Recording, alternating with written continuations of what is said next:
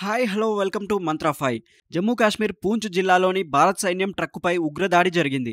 ఉగ్రవాదుల దాడిలో పలువురు ఆర్మీ సిబ్బంది గాయపడినట్లు సమాచారం. దాడి జరిగిన ప్రాంతానికి సమీపంలో సైన్యం యాంటీ టెర్రరిస్ట్ ఆపరేషన్ కూడా జరుగుతుందని తెలుస్తుంది.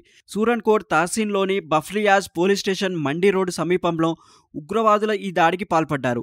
ఉగ్రవాదుల కాల్పుల్లో పలువురు జవాన్లు గాయపడ్డారని, ఆ తర్వాత భద్రతా బలగాలకు ఉగ్రవాదులకు మధ్య కాల్పులు కొనసాగుతున్నాయని చెప్పారు మిలిటరీ అధికారులు. ఈ పరస్పర దాడుల్లో 3 జవాన్లు ప్రాణాలు కోల్పోయినట్లు తెలుస్తుంది. ఉగ్రవాదుల ఆచూకీ కోసం భద్రతా బలగాలు గాలింపు చర్యలు చేపట్టాయి. సమాచారం ప్రకారం పూంచ్లోని సూరన్కోట్ ప్రాంతంలోని డేరాకి గాలి వద్ద ఆర్మీ ట్రక్కుపై మెరుపు దాడి జరిగింది. గత నెలలో రాజౌరిలోని కలాకోట్లో భారత్ సైన్యం ప్రత్యక్ష దళాలు నిర్వహించిన యాంటీ టెర్రర్ ఆపరేషన్లో 2 కెప్టెన్లతో సహా పలువురు సైనికులు మరణించిన విషాద ఘటనకు అనుబంధ ఘటనగా చెబుతున్నారు. ఈ ప్రాంతంలో దురదృష్టవశాత్తు తీవ్రవాద కార్యకలాపాలు కేంద్ర బిందువుగా మారింది. ఈ మధ్యకాలంలో మన సైన్యంపై గణనీయమైన దాడులు జరుగుతున్నాయి. ఈ ఏడాది ఏప్రిల్ మే మధ్య రాజౌరి పూంచ్ ప్రాంతంలో 2 వేరువేరు దాడుల్లో 10 మంది సైనికులు విధి నిర్వహణలో ప్రాణాలు కోల్పోయారు.